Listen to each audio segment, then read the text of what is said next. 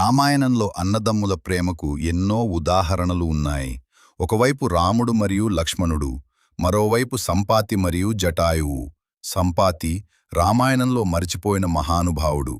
బాల్యంలో ఆకాశవీరులు సంపాతి, జటాయువు ఇద్దరూ అరుణుడి కుమారులు. అతను సూర్యదేవుని రథసారథి. చిన్నప్పటినుంచే వీరిద్దరూ ఆకాశంలో అద్భుతంగా ఎగిరేవారు.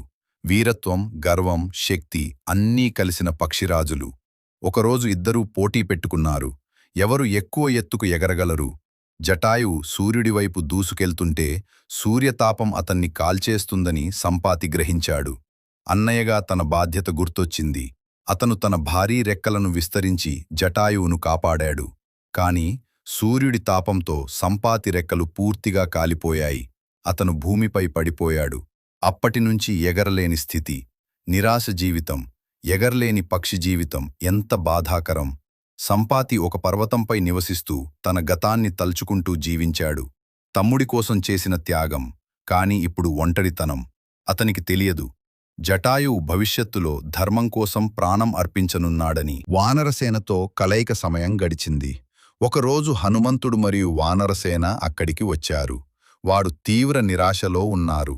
సీతమ్మను కనుగొనలేక ఆత్మహత్య చేసుకోవాలని నిర్ణయించారు. అప్పుడు సంపాతి వారి మాటలు విన్నాడు. సీత అనే పేరు విన్న వెంటనే అతని గుండె కొట్టుకుంది. అతను అడిగాడు, మీరు ఎవరు? ఎవర్ని వెతుకుతున్నారు? వారు చెప్పారు, అయోధ్య రాజకుమారుడు రాముడు భార్య సీతమ్మను రావణుడు అపహరించాడు. జటాయువు పేరు విన్న వెంటనే సంపాతి కళ్ళలో కన్నీరు. నా తమ్ముడు ధర్మం కోసం ప్రాణమర్పించాడా? అతని హృదయం గర్వంతో నిండింది. దూరదృష్టి శక్తి ఎగరలేకపోయినా సంపాతికి ఒక వరముంది. అతనికి దూరంగా చూడగల శక్తి. అతను సముద్రం అవతల చూశాడు. లంకలో ఉంది సీతమ్మ. ఈ మాట వానరసేనకు ఆశను ఇచ్చింది. ఇదే కారణంగా హనుమంతుడు సముద్రం దాటి లంకకు వెళ్ళాడు.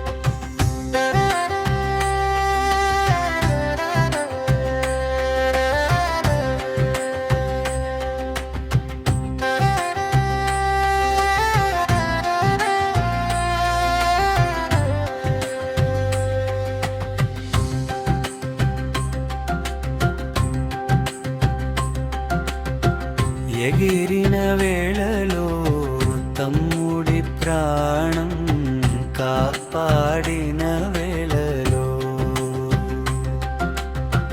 రెక్కలు కాలిన నవ్విన అన్నయ్యది ప్రేమే అది నిజమైనా తన శక్తిని త్యాగం చేసిన తమ్ముడి కోసం ప్రాణం అర్పించిన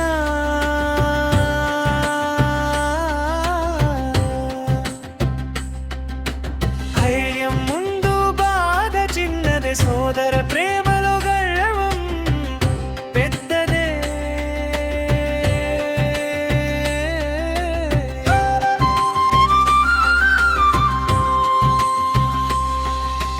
చరణం జటాయువు ధర్మం సీత అని వినగానే గర్జించిన గద్ద.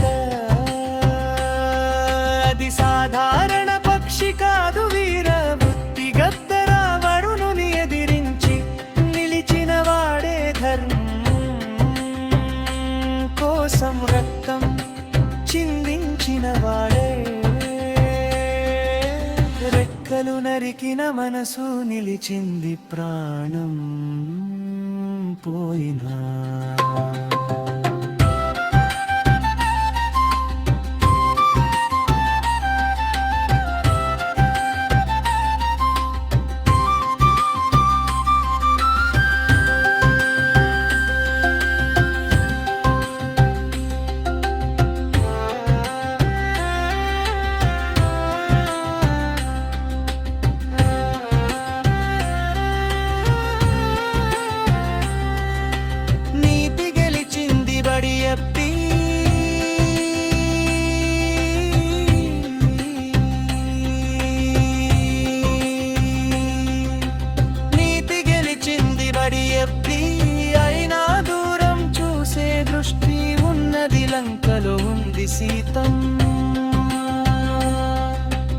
అన్న స్వరం వానరసేనకు ఆసదీపం, తన తమ్ముడి గౌరవం విన్న క్షణం.